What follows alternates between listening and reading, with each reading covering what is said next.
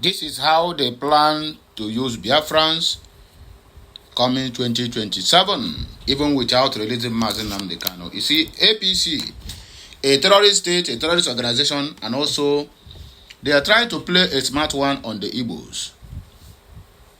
And the Igbos are buying into it. Why do I make that comment?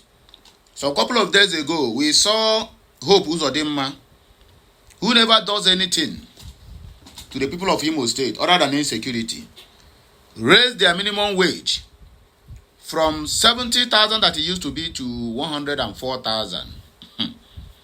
APC state, right? Okay. Now, Soludo have sold Anambra State to Tinubu. Nnamdi Kanu was in jail. And Tinubu came to Anambra State to commission just a government house. And he was given a chieftaincy title. So Anambra State automatically is APC, but Apoga in disguise. Now, Ebonyi State raises minimum wage from 70,000 to 90,000 naira. Also, APC state. Just wait for what is going to happen to the remaining states in that southeast. Abia will also toe the line. Enugu State is also have already been captured by Tinubu. This is the kind of game they want to play, even while their own son is languishing in incarceration, solitary confinement for doing nothing. This is how they want to use the Biafrans against their own selfish interest and desire comes 2027. If you allow them to use you, then so be it. But for me, there's nothing like election in Igbo land because we does not believe in their government and we will never partake in their government. Let us go straight to the reason why we are here. Good morning, good afternoon, and good evening. Happy New Day. Happy Friday. It shall be well with all of us. Here are other headlines. 11 people that were occupied in Anambra State when they were having a meeting, that is the Ebonyans, they have been led to rest, which is yesterday. Bandit leader Bello Tunji don't release 142 victims to government in Zamfara amid peace talk. And yet, CDS, Chief of Defense Staff, Mumu Musa, is telling us that Bello Tunji is nowhere to be found. DSS files terrorism charges against 9 over Benue and Plateau killings. They didn't arrest anybody, but they want to charge ghosts to court. Funny country indeed. Banana Republic. My people, well, let us read the news in details. I, Mazi Okulora, is here to deliver this message. Oh yeah, let's go there. If you get it, like, share, comment, and subscribe. Don't forget the headline, how they want to use the Biafrans in 2027. Onota, stay away from these people. Don't even go close to them. Don't collect their money. Don't collect their monetary gifts or food items. Because when you're dealing with satans or ghosts, you must have a very long spoon to avoid their speech entering into your mouth.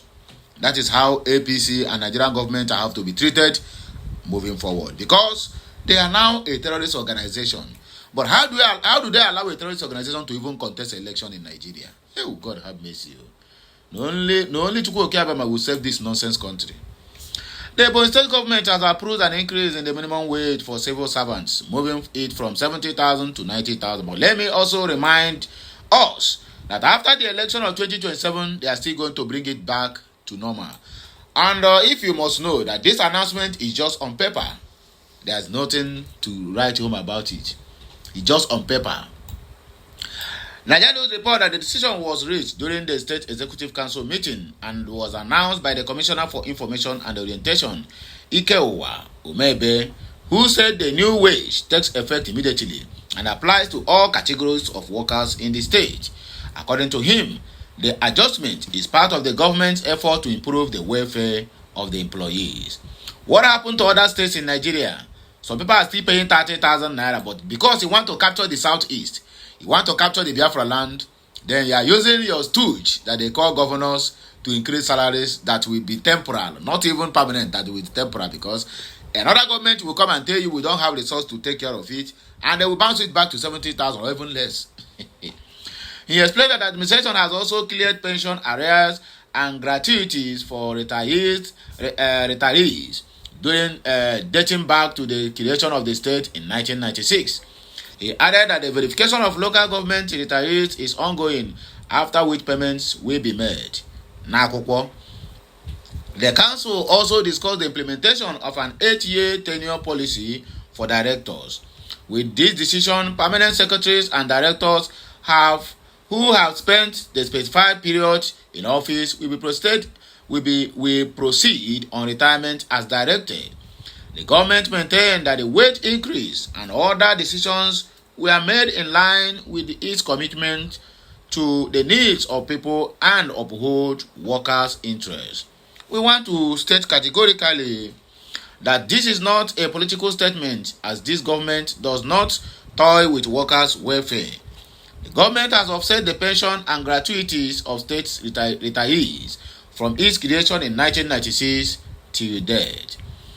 The verification process for retirees in the local government areas had commenced, and when completed, the payment will be made, Omebo said. 11 killed in Anambra attack, buried in Ebonyi amid tears.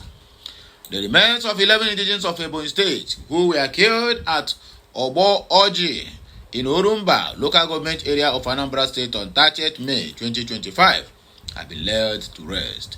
The state governor, Francis Nwifuru, expressed deep grief as the government bade them farewell on Thursday with a holy mass at Unity Square, Abakaliki.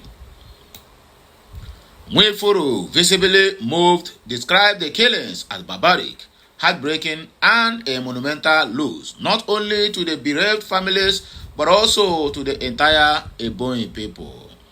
He lamented that the victims, who he described as industrious sons and daughters, had merely gone in search of legitimate means of livelihood, but were cut down in their prime by mindless attackers. I am in pain because these were innocent citizens who had no quarrel with anyone, yet their lives were brutally terminated. Ebonyi State mourns with heavy hearts today, the governor said. I am in pain because these were innocent citizens. Okay, the interment held amidst tears and sorrow drew up government officials, community leaders, clergy, and sympathizers who came to pay their last respect. Nwifuru reassured the bereaved families that his administration, in collaboration with relevant authorities, would ensure justice, while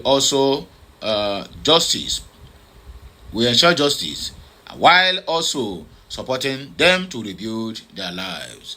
He further called for unity, vigilance, and fervent prayers against insecurity across the southeast and Nigeria at large. In his remarks, the Commissioner for Information and State Orientation, Ike Owa Omebo, consoled the families, commended Governor Nwifuru for granting the deceased a state burial, and prayed for divine comfort for the bereaved and the entire state. Also speaking, the Commissioner for Health, Dr. Moses Ekuma, announced that the state government would provide financial support to each of the bereaved families, ranging between 5 million and 10 million naira, to enable them to start businesses and cushion the impact on their painful losses. Bandit leader Bello Tunji released 142 victims to government in Zamfara amid peace talk. He released the ones alive. What about the ones they killed? Who is going to compensate them? About 142 people kidnapped in Kaura, Namuda, local government area of Zamfara State, have been released in the middle of ongoing peace talks. Reports confirm that the victims were freed without conditions by a well-known bandit leader, Muhammad Redan Sadea, and Bello Tunji on Wednesday. Security expert in the Lake Chad region, Zagazola Makama, in a post on his X handle, said the kidnapped victims had earlier been taken from several villages, including Gidan, Gadawa, Kambarawa, Maguru, Kuya Madaru, Kagara, Yankaba, Madeira, and so on and so forth. The 142 victims regained freedom on August 27 at about 8:30 a.m. They were immediately taken to General Hospital, Kaora and Amoda for medical checks. Debriefed and later reunited with their families, a source said. Authorities say the release is part of ongoing military efforts by the federal government to bring back peace to the Northwest and secure the freedom of people in captivity. The last but not the least, DSS files terrorism charges against nine over Benue and Plateau killings. Let me just put it this way. DSS files terrorism charges against 9 ghosts over Benue and Plateau killings, because to our notice, nobody was arrested over the killings in all these years. The Department of State Service on Thursday filed charges at the Federal High Court, Abuja, against the 9 suspects allegedly linked to the recent deadly attacks on Yelwata, Guma local government area of Benue State and parts of Plateau State.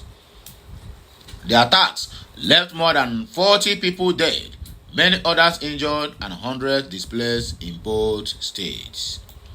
The massacre in Yelwata prompted a visit by Bola Ahmed Tinubu, during which he urged the people of Benue to learn to live in peace. He also charged security agents to fish out the killers. According to the charge sheet before the court, the suspect appeared to have been arrested across ethnic and religious lines. The document stated that one Haruna Adamu Muhammad Abdullahi of Awe local government, Nasarawa State, and others still at large, had on June 13, 2025, allegedly carried out attacks against the people of Abensi and Yewata villages. The offense, the DSS said, is contrary to and punishable under Section 12 of the Terrorism Prevention and Prohibition Act of 2022.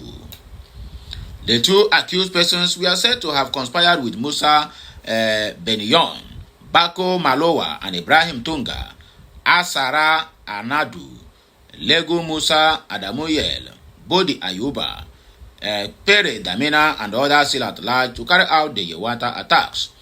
In the charge sheet marked THC/ABJ/CR/449/2025, filed on behalf of the federal government by the Director of Public Prosecution of the Federation, Mohammed Abubakar, the 2 defendants were accused of engaging in conduct in preparation to commit terrorism. They allegedly acted jointly with others for the commission of the Terror Act in Abensi and Yelwata. This, the federal government stated, is contrary to Section 29 of the Terrorism Prevention and Prohibition Act of 2022. In another case, 2 suspects, Takinde Ashowa and Amos Alade of Goma local government area of Benue State, were charged with 3 counts of allegedly carrying out reprisal attacks against suspects involved in the Abensi and Yelwata incidents. In conclusion, according to them, in another charge, one Danjuma Antu of Jos North local government area, Plateau State, was arraigned on 5 counts of unlawful possession of 2 locally fabricated pistols capable of discharging 9mm caliber ammunition. The DSS said this contravenes Section 3 of the Firearms Act of 2024 and is punishable under Section 27. The DSS also filed a 6-count charge against one Silas Idu Oloche of Agatu local government area, Benue State, for unlawful possession of 18 grenades without license, which the service said is contrary to Section 3 and punishable under Section 27 of the Firearms Act.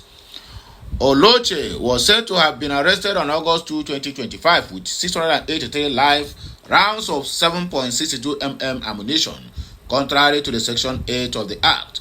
Meanwhile, no date had been fixed for the trial of those suspects. So, my good people, now here we go take a break. More of these videos is coming your way. Like, share, comment, and keep subscribing for more interesting videos. You hear my voice again when I come back. Okay, Messiano, my wonderful people.